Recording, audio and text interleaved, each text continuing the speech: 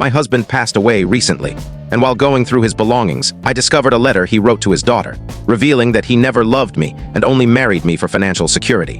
He urged her to stay on good terms with me to ensure I'd fund her college education, so I've decided to cut her off when she turns 18.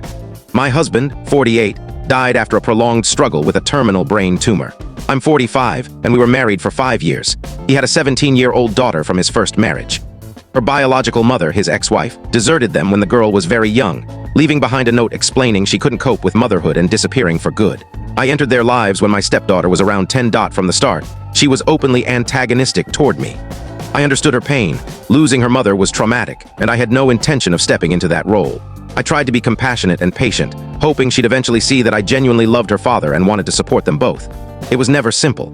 While we were dating and after I moved in, my stepdaughter did everything she could to undermine our relationship, make cutting remarks or fabricate stories to spark arguments between us.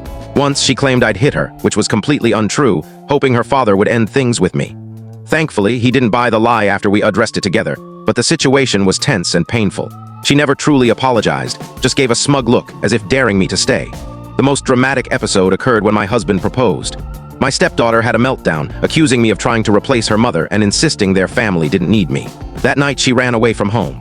After a frantic search involving neighbors and police, we found her in the woods near our neighborhood, cold, frightened, and furious.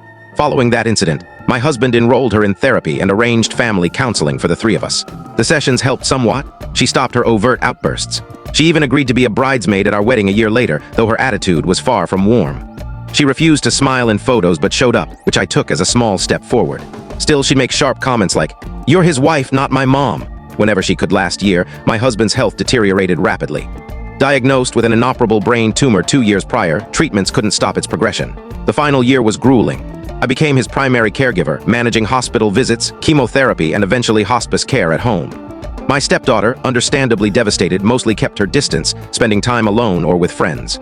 But she'd occasionally lash out at me, blaming me irrationally for her father's illness with remarks like, "If Mom were here, he'd have fought harder," or "You probably made him sicker with your stress." I knew her grief was speaking, so I tried not to take it personally, though it stung deeply. My husband passed away 3 months ago, a devastating loss for both of us. I lost my beloved partner. She lost her only parent. Her grief turned into rage directed at me. In the weeks after his death, she repeatedly said she wished I had died instead of him, accusing me of stealing him from her. Despite my efforts organizing the funeral, managing his belongings, ensuring she had food and shelter, she seemed to loathe me more than ever. Our interactions were minimal, often ending with her storming off or muttering something cruel a few days ago, while tidying her room to gather dishes and laundry. She rarely cleans up. I can't tell you the full story in short. To watch the full story, click the related link below.